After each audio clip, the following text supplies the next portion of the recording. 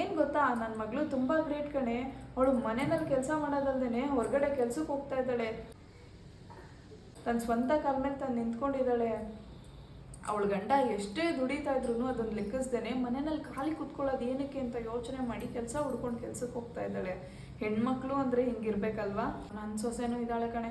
ನನ್ನ ಮಗ ತಂದಾಕದನ್ನ 3 ಹೊತ್ತು ಬೇಯಿಸ್ಕೊಂಡು ತಿನ್ನೋದು, ಫೋನ್ ನೋಡೋದು, TV ನೋಡೋದು, ಇಷ್ಟೇ ದಿನ ಕಳೀತಾ ಇದ್ದಾಳೆ. ಸರಿ ಸರಿ ಇರು, ನನ್ನ ಸೊಸೆ ಬರ್ತಾ ಇದ್ದಾಳೆ. ಕೈಯಲ್ಲಿ ಏನು ಮಾಡೋಕ್ಕಾಗಿಲ್ಲ ಅಂದ್ರೂ ಬಾಯಿ ಮಾತ್ರ ಜೋರಿರುತ್ತೆ. ಆಮೇಲೆ ಮಾಡ್ತೀನಿ ಇರು ನಿನಗೆ, ಆಯಿತಾ? ಅತ್ತೆ, ಹಾಂ ಏನು ಅಡುಗೆ ಆಗಿದೆ, ಊಟಕ್ಕೆ ಕೊಡ್ತೀನಿ ಬನ್ನಿ. ನನಗಿವಾಗ ಹೊಟ್ಟೆ ಹಶ್ವಿಲ್ಲ, ನಾನು ಹಶ್ವಾದಾಗ ತಿಂತೀನಿ, ಹೋಗಿ ನೀನು. ಯಾಕತ್ತೆ ನನ್ನ ಮೇಲೆ ಚಾಡಿ ಹೇಳಿ ನಿಮ್ಗೆ ಹೊಟ್ಟೆನೇ ತುಂಬೋಗ್ಬಿಟ್ಟಿದ್ಯಾ? ನನಗೆ ಹೆಣ್ಣು ನೋಡೋಕೆ ಬಂದಿದ್ರಲ್ಲ, ಅವತ್ತು ನೀವು ಮಾಡಿದ ಮಾತುಗಳು ನಿಮಗೆ ಮರ್ತೋಯ್ತಾ ಹೇಳಿ? ನಮ್ಮ ಮನೆಗೆ ಬರೋ ಸೊಸೆ ಹೊರಗಡೆ ಕೆಲ್ಸಕ್ಕೆ ಹೋಗ್ಬಾರ್ದು, ಅವಳು ಏನಾದರೂ ಕೆಲ್ಸಕ್ಕೆ ಹೋಗ್ತೀನಿ ಅಂದರೆ ನನಗೆ ನನ್ನ ಮಗನಿಗೆ ಇಷ್ಟ ಆಗಲ್ಲ ಅಂತ ನೀವೇ ಹೇಳಿದ್ರಲ್ಲ ಅತ್ತೆ.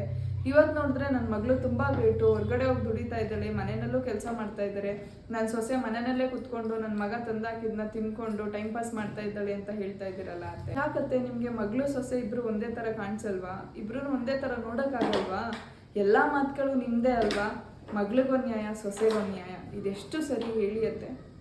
ಮಾತು ಕೇಳಿ ಮನಸ್ಸು ಚೂರಾಯ್ತು, ಪ್ರೀತಿ